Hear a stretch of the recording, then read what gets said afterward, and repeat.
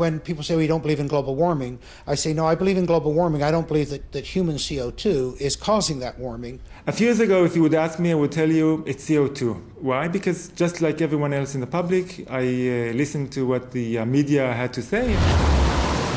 Each day, the news reports grow more fantastically apocalyptic. Politicians no longer dare to express any doubt about climate change. There is such intolerance of any dissenting voice.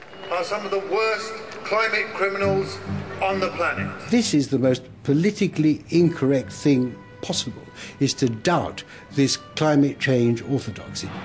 Global warming has gone beyond politics. It is a new kind of morality. Now, the Prime Minister's back from his holidays, unrepentant and unembarrassed about yet another long-haul destination. Yet, as the frenzy over man-made global warming grows shriller, many senior climate scientists say the actual scientific basis for the theory is crumbling. There were periods, for example, in Earth's history when we had 3 times as much CO2 as we have today, or periods when we had 10 times as much CO2 as we have today.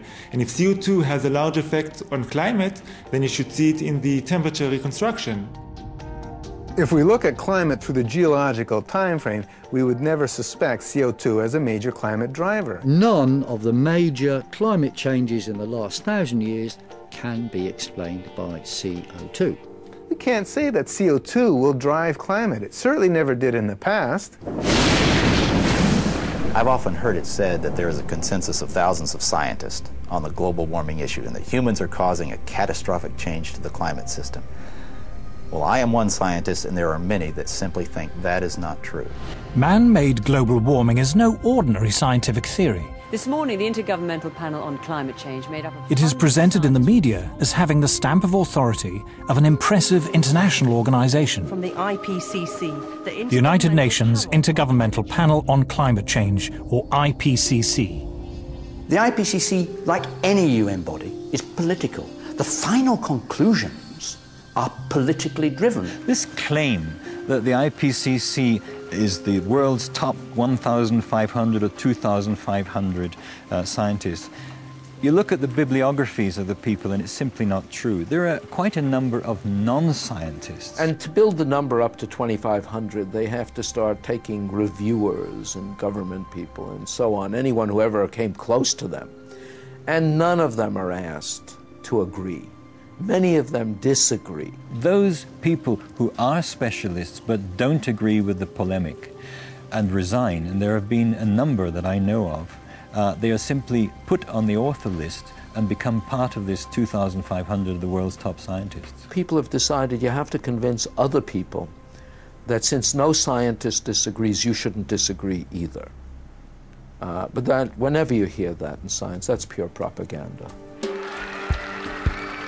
This is the story of how a theory about climate turned into a political ideology. See, I don't even like to call it the environmental movement anymore because really it is a political activist movement, and they have become hugely influential at a global level. It is the story of the distortion of a whole area of science.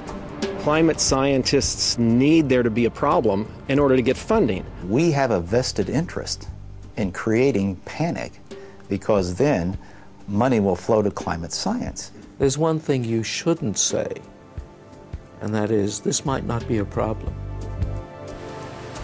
It is the story of how a political campaign turned into a bureaucratic bandwagon. Fact of the matter is that tens of thousands of jobs depend upon global warming right now. It's a big business. It's become a great industry in itself. And if the whole global warming farrago collapsed, there'd be an awful lot of people out of jobs and looking for work.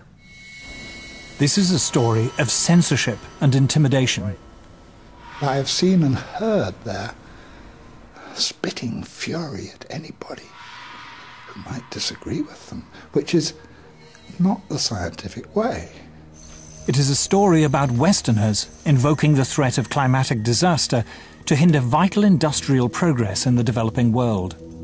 One clear thing that emerges from the whole environmental debate is the point that there's somebody keen to kill the African dream, and the African dream is to develop.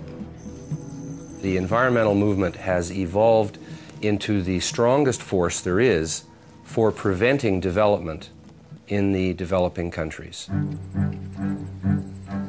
The global warming story is a cautionary tale of how a media scare became the defining idea of a generation.